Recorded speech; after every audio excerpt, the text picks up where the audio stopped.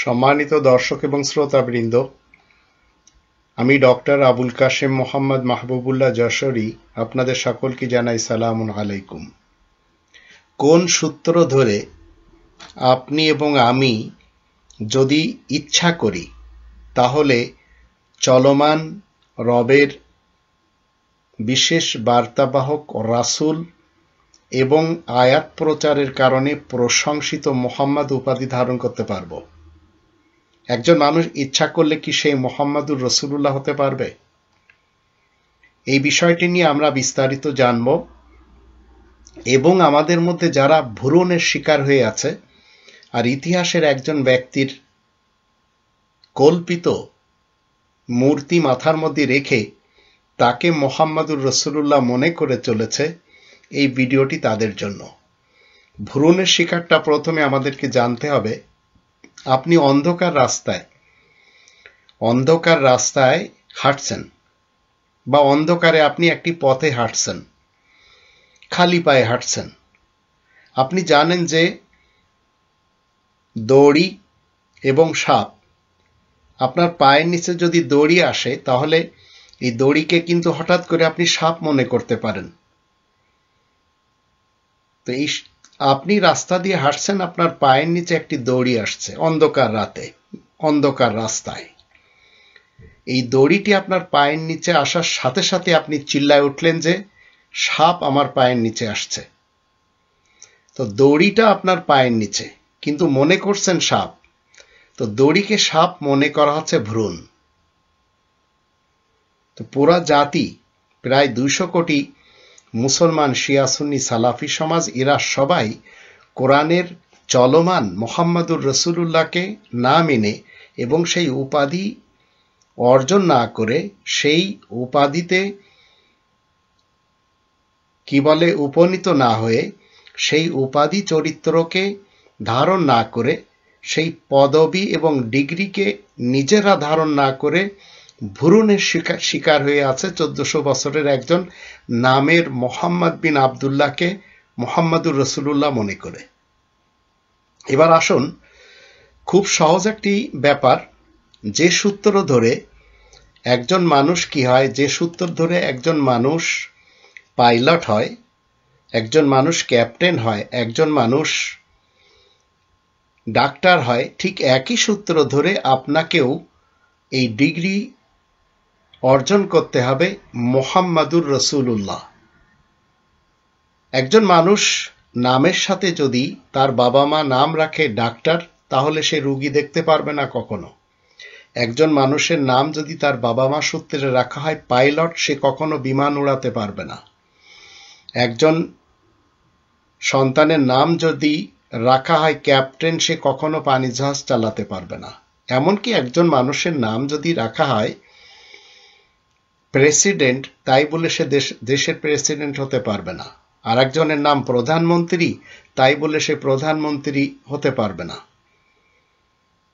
এগুলি সব অর্জন করতে হয়।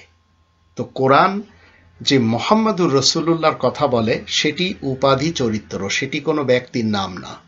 আপনি ইচ্ছা করলে আপনি হতে পারবেন। তো কোন সূত্র ধরে আপনিও একজন রবের বিশেষ বার্তাবাহক চলমান মোহাম্মদ রাসূল উপাধি ধারণ করতে পারেন, সেটি মূলত জানতে হবে। এত জটিল করে বলার দরকার নেই। আপনাকে জানতে হবে যে আপনি নামে যদি মুসলিম হন আর কর্মে যদি অমুসলিম হন, তাহলে আপনার এই নামের মুসলিম কোনো কাজ দিবে না। আর আপনি নিজেকে বলতে চাচ্ছেন যে আমি একজন মুসলিম, কেননা আপনার বাবা, দাদা, নানা, পরনানা তারা সবাই মুসলিম দাবিদার ছিল।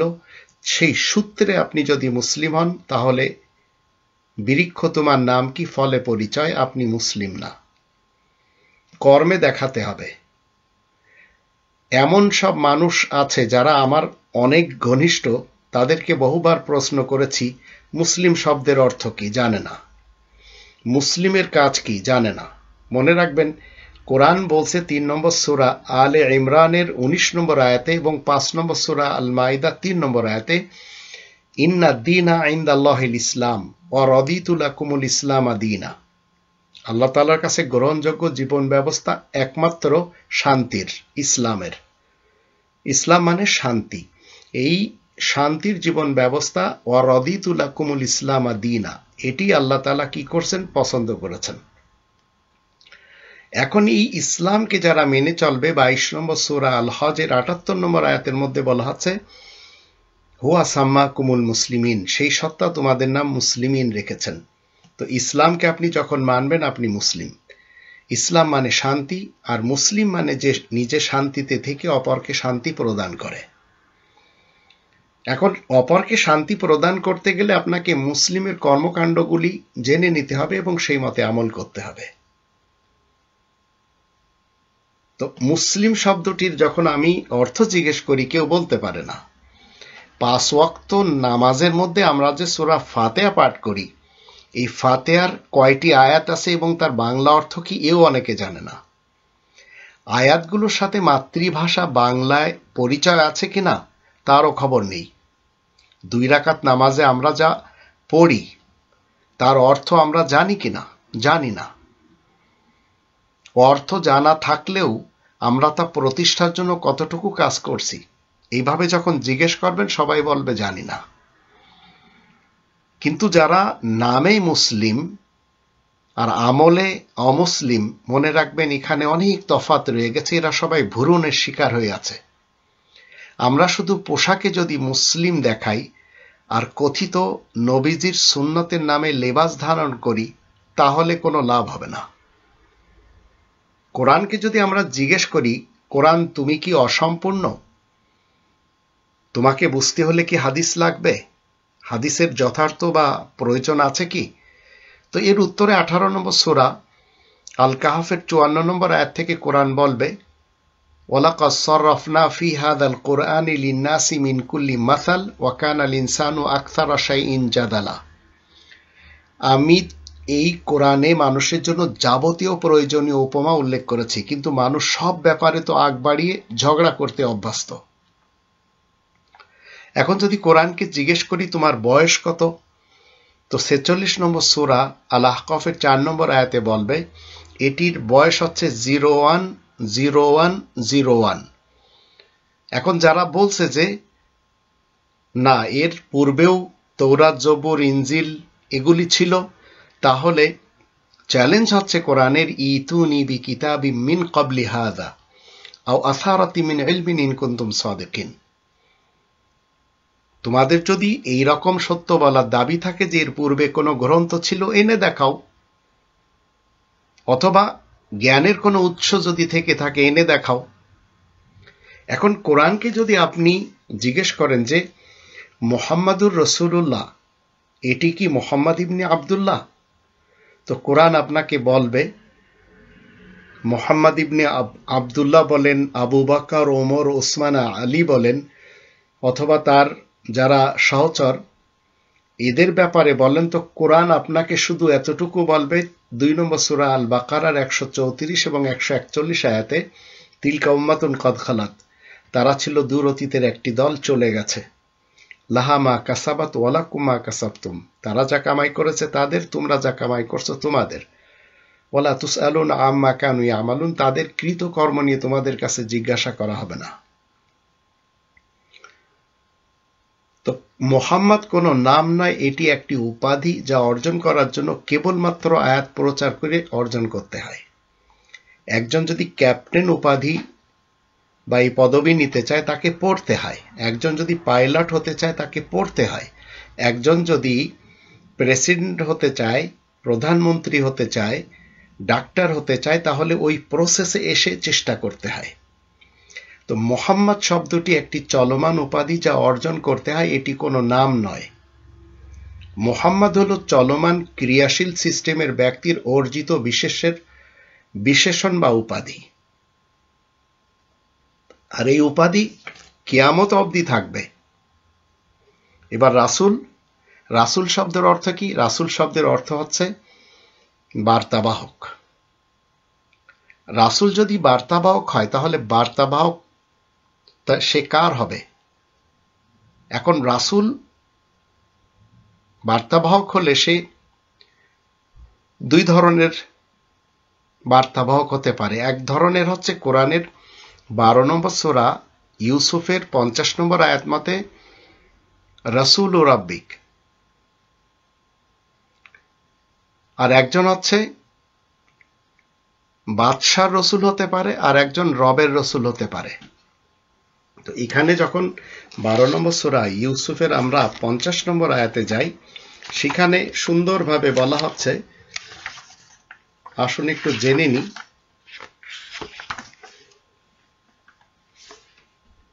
ক্বালা মা খাতবুকুনা ইয রাওয়াত ওয়াকাল আল মালিকু তুনি বিহি ফালাম্মা জাআহুর রাসূলু, এবং রাজা বলে ইউসুফকে আমার কাছে নিয়ে এসো। রাজা আমার কাছে নিয়ে এসো। রাসূল মানে রাজার বার্তাবাহক যখন ইউসুফের কাছে হাজির হয়, তো রাজার রাসূল রয়েছে, আর যখন আপনি রবের রসুল হতে চাইবেন তখন আপনাকে রবের কাজ করতে হবে। তাহলে আপনি যখন আল্লাহ তাআলার কালামকে আগে বাড়াবেন তখন আপনি হবেন আল্লাহ তাআলার বার্তাবাহক রাসূল।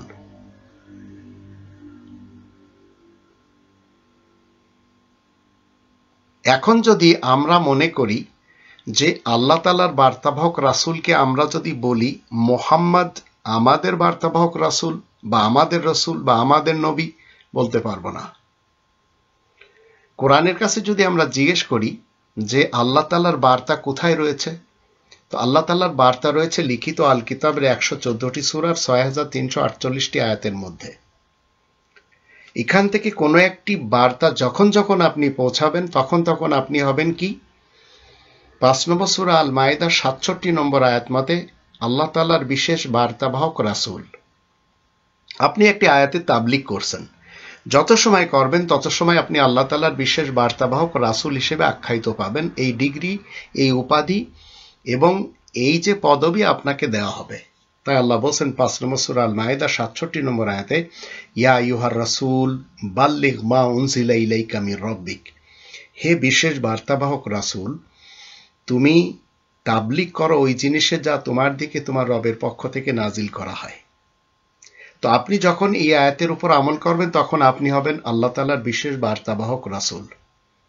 আর বার্তা কোরআন থেকে, মনে রাখবেন, কোরআনের বাহিরের থেকে যদি কোনো কিছু আপনি তাবলীগ করেন তাহলে যার লেখা গ্রন্থের আপনি তাবলীগ করবেন আপনি হবেন তার রাসূল। তো আমরা যারা রবের শান্তির রাজ্যে মুমিন মুসলিম রয়েছি, আমাদের জানতে হবে রাসূল হলো চলমান ক্রিয়াশীল সিস্টেমের ব্যক্তি, বিশেষের বিশেষণ বা উপাধি। আর এটি আল্লাহ তাআলার এই পৃথিবী যতদিন রয়েছে, যতদিন ধ্বংস না হবে ততদিন এটি বলবৎ থাকবে, এটি চলতে থাকবে। আর মুহাম্মদ আরবি শব্দ হামদুন এর থেকে উৎপত্তি। রুট লেটার হচ্ছে হে মিম দাল, হা মিম দাল। ট্রান্সলেট লেটার হা মিম দাল এর অর্থ হচ্ছে প্রশংসা। আলহামদুলিল্লাহি রাব্বিল আলামিন এর মানে হচ্ছে যাবতীয় প্রশংসা বা বিশেষ প্রশংসা রব্বুল আলামিনের জন্য। এখন হামদুনের শুরুতে যখন মিম অক্ষরটি যুক্ত হয় তখন মুহাম্মদ হয়ে যায়। একটি শব্দ নুন ফা কফ, নাফাকা। নাফাকা মুনাফিকের উৎপত্তি শব্দ হচ্ছে, রুট শব্দ হচ্ছে নাফাকা। আবার শিন র কাফ শারাকা, মুশরিক শব্দটির উৎপত্তি হচ্ছে শিরকুন থেকে, শারাকা থেকে। তো the active and passive participle ক্রিয়াপদের উপর ভিত্তি করে একটি শব্দ যা অস্তিত্বের একটি অবস্থা প্রকাশ করে। প্যাসিভ পার্টিসিপল, অ্যাক্টিভ পার্টিসিপল কি মুহাম্মদ, আবার এখান থেকে হয় হামদুন থেকে মাহমুদ হয়, মুহাম্মদ হয়, ইউহমাদু হয়। তো অ্যাক্টিভ পার্টিসিপল মুজাক্কিন, প্যাসিভ পার্টিসিপল মুজাক্কি। তো আমাদের সবসময় মনে রাখতে হবে আরবিতে, কোরআনের যে আরবি, সেই আরবিতে নাউন প্রোনাউনের ডেরিভেটিভ যেটা রয়েছে, ডেরিভেটিভ যদি আপনি বানাতে চান, যদি ভেঙ্গে আপনি অন্য ফর্মে আনতে চান, তো মিম অক্ষরটি শব্দের প্রথম দিকে যুক্ত হয়ে active participle or passive participle করা হয়। The active participle is formed from trilateral letters। এইভাবে আমরা বানাতে পারি হা মিম দাল থেকে, যখন মিম এর সাথে বসিয়ে দেওয়া হয় মোহাম্মদ হয়ে যায়। তো প্যাসিভ পার্টিসিপল যখন ক্রিয়া ব্যতীত অন্যান্য শব্দ থেকে গঠিত হয়, ক্রিয়াটিকে প্যাসিভ অরিস্ট টেন্স মানে চলমান কাল, প্রেজেন্ট কন্টিনিউয়াস টেন্স এর মধ্যে রেখে এবং আওরিস্ট অক্ষর মিম এর উপর পেশ প্রতিস্থাপিত করে পরিবর্তন করা হয়। যেমন মুকদ্দম এখান থেকে আবার ইউকদ্দম হয়ে যায়। তো passive participle, active participle Mohammad থেকে মাহমুদ হয়, ইহমাদু হয়।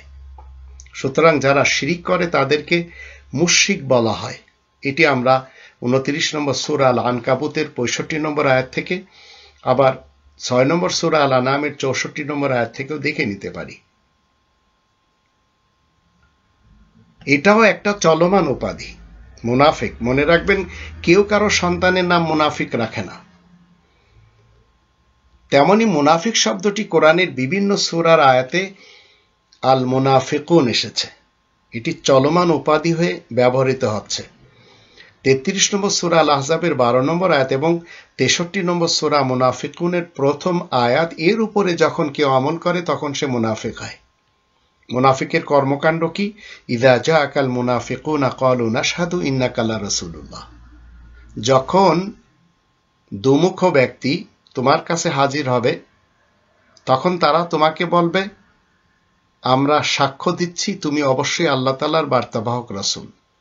আল্লাহু ইয়াশহাদু ইন্নাকা লা রাসূলু। আল্লাহ নিজেও সাক্ষী দিচ্ছেন অবশ্যই তুমি আল্লাহ তাআলার রাসূল। আল্লাহু ইয়াশহাদু ইন্নাল মুনাফিকিনা লাকাযিবুন।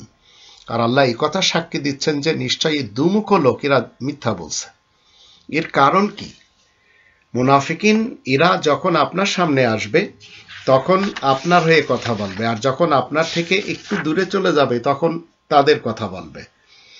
তো এখানে 2 নম্বর সূরা আল বাকারার যখন আমরা 14 নম্বর আয়াত পড়ি, ওয়াইদা লাকুল্লাযীনা আমানু ক্বালু আমান্না ওয়াইদা খালাউ ইলা শায়াতিনিহিম ক্বালু ইন্না মাআকুম ইন্নামা নাহনু মুস্তাহজিউন। আর যখন তারা ঈমানদারদের সাথে মিশে বলে আমরাও ঈমান এনেছি, আর যখন তারা তাদের শয়তানদের সাথে সাক্ষাৎ করে তারা বলে বিনা সন্দেহে আমরা তো তোমাদেরই সাথে আছি, আসলে আমরা তো তামাশা করি। তো এর পরের আয়াতে আবার আল্লাহ বলেন, আল্লাহু ইস্তাহজিউ বিহিম ওয়া ইয়ামুদ্দুহুম ফি তুগয়ানিহিম ইয়ামাহুন। আল্লাহ তাদের সাথে উপহাস করেন এবং তাদেরকে তাদের বিদ্রোহের মধ্যে ছেড়ে দিয়েছেন যেন তারা হয়রান থাকে। তো হামদুন শব্দটার সাথে যখন আলিফ লাম ডেফিনিট আর্টিকেল যুক্ত হয় তখন কি হয়? আলহামদু, সকল প্রশংসা, বিশেষ প্রশংসা। তো সূরা ফাতিহাতে আমরা ডিটারমিনার হিসেবে স্পেসিফিক নাউনকে বুঝেছি। এখন এখান থেকে যখন ইহমাদু হয়, ভার্ব, পার্সোনাল প্রোনাউন, তাদের প্রশংসা করা হোক বা তারা প্রশংসা পেতে চায়, যেমন 3 নম্বর সূরা আল ইমরানের 188 আয়াতে বলা হয়েছে আই ইহমাদু, যে কাজ তাদের করার দরকার সেটি না করে তারা প্রশংসা পেতে চায়।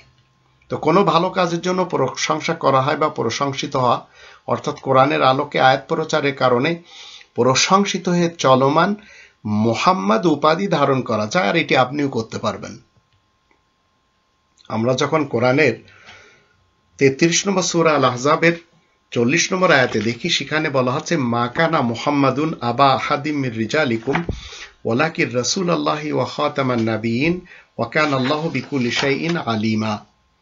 আয়াত প্রচারের কারণে প্রশংসিত মুহাম্মদ তো তোমাদের মধ্যকার কোনো পুরুষের বাবা দাদা নানা পরনানা না, কিন্তু মুহাম্মদ তো আল্লাহ তাআলার প্রেরিত রাসূল এবং সকল বিশেষ খবরদাতা নবীদের সিল মোহর, আর আল্লাহ তো সবকিছুই বেশ জানেন।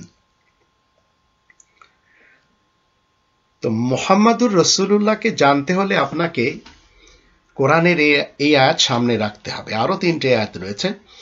তো মুহাম্মদ তো তোমাদের মধ্যকার কোনো পুরুষের বাবা দাদা নানা পরনানা না। মুহাম্মদ তো আল্লাহ তাআলার প্রেরিত রাসূল। মুহাম্মদ সকল বিশেষ খবরদাতা নবীদের সিলমোহর। আল্লাহ তো সবকিছু বেশ জানেন। তো আমরা যদি এই প্রথম 3টি একটু লক্ষ্য করি, মুহাম্মদ আল্লাহ তাআলার প্রেরিত রাসূল, মুহাম্মদ তোমাদের মধ্যকার কোনো পুরুষের বাবা দাদা নানা পরনানা না, মুহাম্মদ সকল বিশেষ খবরদাতা নবীদের সিলমোহর। তো এখানে আবা শব্দটি হচ্ছে বাবা দাদা নানা পরনানা। তো এখানে মুহাম্মদ শব্দটির কোনো পূর্বপুরুষ বা সন্তান নেই। এটি একটা উপাধি চরিত্র যা ধারণ করতে হয়। মুহাম্মদ আল্লাহ তাআলার রাসূল এবং খাতামান নাবিয়িন, সকল নবীদের সিলমোহর। তো সারমর্ম কি হলো? কোরআনের আয়াতগুলোতে মুহাম্মদ শব্দটি একটি চলমান উপাধি যা অর্জন করতে হয়। তো বর্তমান চলিত কাল, প্রেজেন্ট কন্টিনিউয়াস টেন্স, আল্লাহ তাআলার রাসূল হয়ে আয়াত প্রচারের কারণে প্রশংসিত হয়ে আপনাকে এই মুহাম্মদ হতে হবে। সেই সময়ের জন্য আপনি কিন্তু শুধু মুহাম্মদ, যতক্ষণ আপনি আল্লাহ তাআলার আয়াত ডেলিভারি দিবেন। আর সাথে কি হবেন? রসুল আল্লাহ, আল্লাহ তাআলার বার্তাবাহক রাসূল। এখন আপনার সাথী সঙ্গী যারা, তাদের আবার পরিচয় 48 নম্বর সূরা আল ফাতহির 29 নম্বর আয়াতে বলা হচ্ছে, আয়াত প্রচারের কারণে প্রশংসিত মুহাম্মদ আল্লাহ তাআলার বার্তাবাহক রাসূল হয়। যারা তার সঙ্গী সাথী তারা নিজেদের মধ্যে রহমদিল হয়, আর আয়াত গোপন করার কারণে যারা কাফের হয় তাদের ব্যাপারে এরা কঠোর হয়। তো এই মুহাম্মদ কোরআনে 4 বার আসছে। তার ভিতরে প্রথম আমরা জানলাম 33 নম্বর সূরা আল আহজাবের 40 নম্বর আয়াত, মা কানা মুহাম্মাদুন আবা আহাদিম মির রিজালিকুম ওয়ালাকিন রাসূলুল্লাহি ওয়া খাতামান নাবিয়িন ওয়া কানা আল্লাহু বিকুল্লি শাইইন আলিমা। আয়াত প্রচারের কারণে প্রশংসিত মুহাম্মদ তো তোমাদের মধ্যকার কোনো পুরুষের বাবা দাদা নানা পরনানা না, কিন্তু মুহাম্মদ তো আল্লাহ তাআলার প্রেরিত রাসূল ও সকল বিশেষ খবরদাতা নবীদের সিলমোহর। আর আল্লাহ তো সবকিছুই বেশ জানেন। এখন এই উপাধি আপনি ধারণ করতে পারবেন যখন আপনি আয়াত প্রচার করবেন। আপনি মুহাম্মাদুর রাসূলুল্লাহ হতে পারবেন, কিন্তু এই মুহাম্মাদুর রাসূলুল্লাহ এই উপাধি ততক্ষণ পর্যন্ত আপনি ধারণ করতে পারবেন যতক্ষণ পর্যন্ত আপনি আয়াত প্রচার করবেন। একদিন আপনাকে মরে যেতে হবে, আর এই উপাধি কখনো মরে না, এই উপাধিকে হত্যাও করা হয় না, কিন্তু আপনি মরে যাবেন বা আপনাকে হত্যা করা হবে। 3 নম্বর সূরা আলে ইমরানের 144 আয়াতে বলা হচ্ছে, ওমা মুহাম্মাদুন ইল্লা রাসূল কদ খালাত মিন ক্বাবলিহি রুসুল আফা ইন মাতা আও কুতিলা ইনকালাবতুম আলা আকাবিকুম ওয়া মান ইয়ানকালিব আলা আকিবাইহি ফালা ইয়াদুরুল্লাহ শাইআ ওয়া সায়াজজিল্লাহু শাকিরিন। আর আয়াত প্রচারের কারণে প্রশংসিত মুহাম্মদ একজন বার্তাবাহক রাসূল, তা ব্যতীত অন্য কিছু নয়। মুহাম্মাদের পূর্বে সকল বিশেষ বার্তাবাহক রাসূলগণ অতীত হয়ে গেছে, তাই সে যদি মৃত্যুবরণ করে অথবা তাকে কতল করা হয়, তাহলে তোমরা কি পিছনে ফিরে যাবে? মানে 1400 বছর পিছনে মুহাম্মদ নিয়ে পড়ে থাকবে? যদি কেউ পিঠ ফিরে যায় তাহলে তাতে আল্লাহ তাআলার কিছুমাত্র ক্ষতি হবে না। আর যারা কৃতজ্ঞতা প্রকাশ করে এমন বান্দাদেরকে আল্লাহ শীঘ্রই পুরস্কার দিবেন। 48 নম্বর সূরা আল ফাতর 29 নম্বর আয়াতে বলা হচ্ছে, মুহাম্মাদুর রাসূলুল্লাহ ওয়াল্লাযীনা মাআহু আশিদ্দাউ আলাল কুফারি রুহামাউ বাইনাহুম তারাহুম রুকআন সুজদা ইয়াবতাগুনা ফাদলাম মিনাল্লাহি ওয়া রিদওয়ানা সীমাহুম ফি উজুহিহিম মিন আসারিস সুজুদ যালিকা মাসালুহুম ফিত তাওরাতি ওয়া মাসালুহুম ফিল ইনজিল কাযারইন আখরাজা শাতআহু ফাআযারাহু ফাস্তাগলা ওয়া ফাস্তাওয়া আলা সুকি ইউজিবু যুররা লিয়াগীযা বিহিমুল কুফার ওয়াদাল্লাহু আল্লাযীনা আমানু ওয়া আমিলুস সালিহাতি মিনহুম মাগফিরাতাও ওয়া আজরান আযীমা। আয়াত প্রচারের কারণে প্রশংসিত মুহাম্মদ আল্লাহ তাআলার বার্তাবাহক রাসূল, আর যারা তার সাথে সম্পর্ক রাখে তারা আয়াত গোপন করার কারণে অবাধ্য কাফেরদের মোকাবেলায় খুবই তৎপর হয়, আর নিজেদের মধ্যে তারা বড়ই রহমদিল হয়। তাদেরকে দেখবে কখনো তারা রুকু করবে, আবার কখনো সিজদা করবে।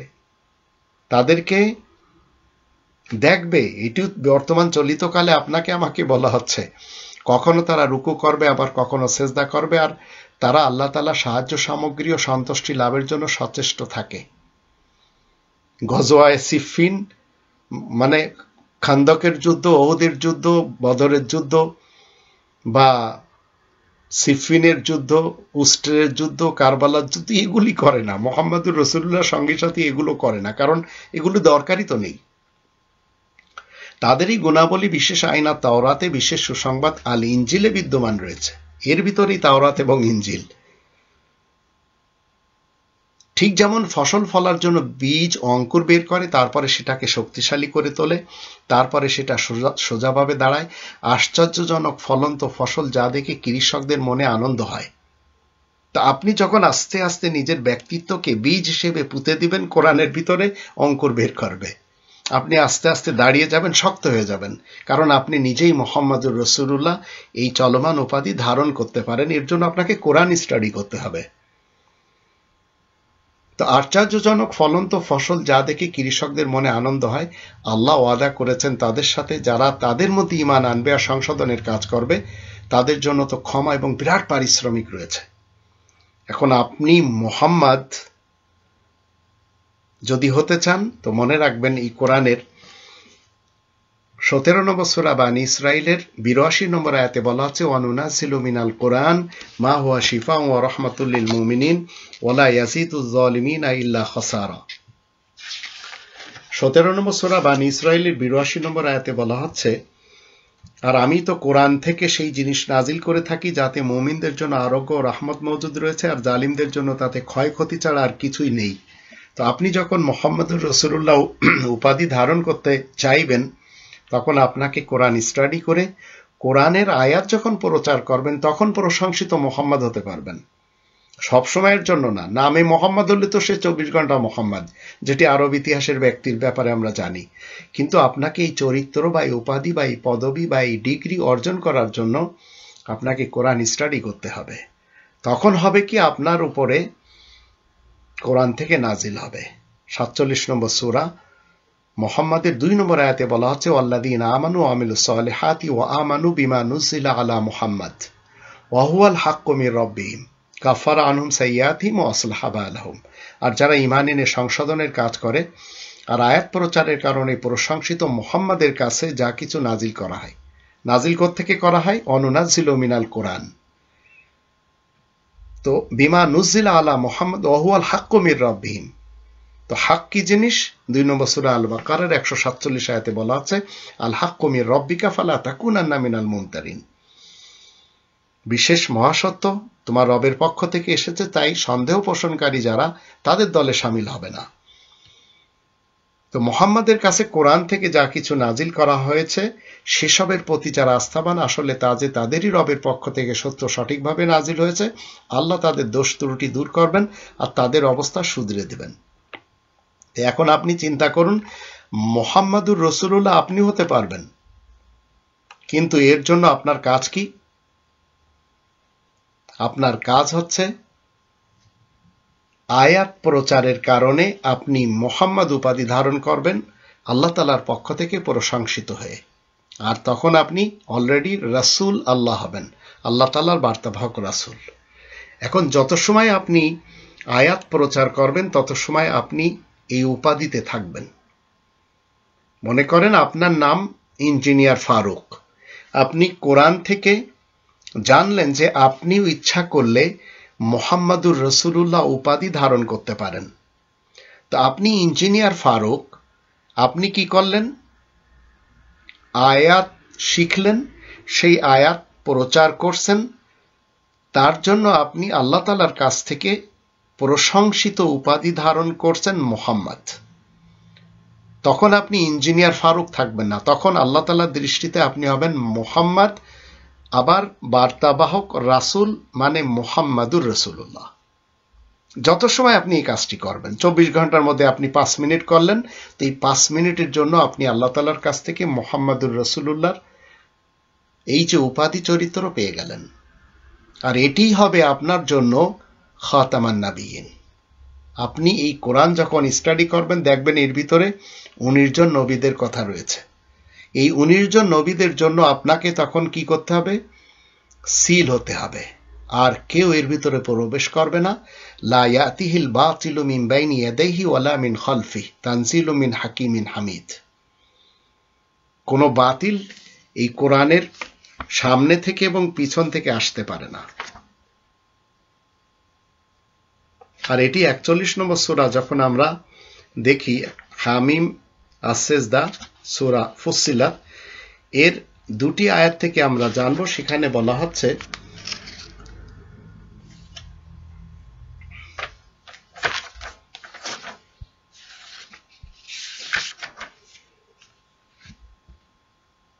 ইন্নাল্লাযীনা কাফারু বিযিকরি লাম্মা জাআহুম ওয়া ইন্নাহু লাকিতাবুন আজিজ। 41 নম্বর সূরার 41 নম্বর আয়াত। যারা এই বিশেষ স্মরণ কোরআনকে অস্বীকার করছে যখন তাদের কাছে তা পৌঁছে গেছে, অথচ এই কিতাব যে বড়ই মর্যাদা সম্পন্ন। 42 আয়াতে বলা হচ্ছে লা ইয়াতিহিল বাতিলু মিন বাইনি ইয়াদাইহি ওয়ালা মিন খালফি তানজিলু মিন হাকিমিন হামিদ। আর কোনো বাতিল বিষয় কোরআনের সামনের বা পিছনের দিক থেকে আসতে পারে না, এই যে মহাবৈজ্ঞানিক ও পরম প্রশংসিত সুমহানের নিকট থেকে নাজিল হয়েছে। এখন আপনার নাম ইঞ্জিনিয়ার ফারুক, কিন্তু আপনি মুহাম্মাদুর রাসূলুল্লাহর চরিত্রের উপরে অধিষ্ঠিত হচ্ছেন 10 মিনিটের জন্য, তখন আপনি ইঞ্জিনিয়ার ফারুক না। আর এই চরিত্রের উপরে এসে যখন আপনি কোরআনের কথা বলবেন, তখন আপনাকে অপবাদদাতারা যে অপবাদ দিবে সেগুলি আপনার পূর্বে সকল রাসূলদেরকে দেওয়া হয়েছে। সকল মুহাম্মাদুর রাসূলুল্লাহ যারা উপাধি ধারণ করে দুনিয়া থেকে চলে গেছে, তাদের সকলের ব্যাপারে সেই একই কথা বলা হয়েছে যা আপনার ব্যাপারে বলা হবে। এটি 42 নম্বর সূরার 43 নম্বর আয়াত। 41 নম্বর সূরা হামিম আস-সিজদার 43 নম্বর আয়াতে বলা হচ্ছে মা ইউকালু লাকা ইল্লা মা ক্বাদ কিলা লির-রুসুলি মিন ক্বাবলিক ইন্না রাব্বাকা লাযু মাগফিরাতিন ওয়া যু ইকাবিন আলীম। তোমাকে মানে নির্ভেজাল ভাবে আয়াতের প্রচারককে তো সেসব কথাই বলা হবে যা তোমার আগেকার সকল বিশেষ বার্তাবাহক রাসূলগণের জন্য বলা হয়েছে। নিশ্চয় তোমার রব যেমন ক্ষমাশীল তেমন কঠোর যন্ত্রণাদায়ক প্রতিদানদাতা। তো আপনি ইঞ্জিনিয়ার ফারুক, আপনার ইঞ্জিনিয়ার একটি উপাধি। আপনি হয়তো বুয়েট থেকে বা অন্য কোনো ইঞ্জিনিয়ারিং ইউনিভার্সিটি থেকে পড়েছেন, তাই আপনি ইঞ্জিনিয়ার। ফারুক আপনার বাবা মার দেওয়া নাম। কিন্তু আয়াত প্রচারের কারণে যখন আপনি প্রশংসিত হবেন আল্লাহ তাআলার দৃষ্টিতে, তখন আপনার নাম হবে মুহাম্মদ। সাথে কি হবে? রাসূল আল্লাহ, আল্লাহ তাআলার বার্তাবাহক রাসূল। তো এটি আমরা সবাই এই ডিগ্রি ধারণ করতে পারি, এই পদবি আমরা নিজেদের জন্য চয়ন করে নিতে পারি। এই ডিগ্রি, এই উপাধি অর্জন করার জন্য আপনাকে আমাকে পড়তে হবে। কোরআন না পড়ে যদি আপনি মনে করেন যে আপনার নাম মোহাম্মদ, 40 বছর যাবত আপনি কিছু পড়েননি, হীরা গুহাতে বসে ধ্যান করেছেন, আর যখন আপনার কাছে আকাশবাণী এসেছে তখন আপনি বলছেন মা নাবি করি, আমি পড়ালেখা জানি না, আমি পড়তে জানি না, তো আপনি তো নামে মোহাম্মদ, কামে তো না। তো এই উপাধি মুহাম্মাদুর রাসূলুল্লাহ, এই চরিত্র সবাই ধারণ করতে পারে, কিন্তু এর জন্য পড়তে হয়।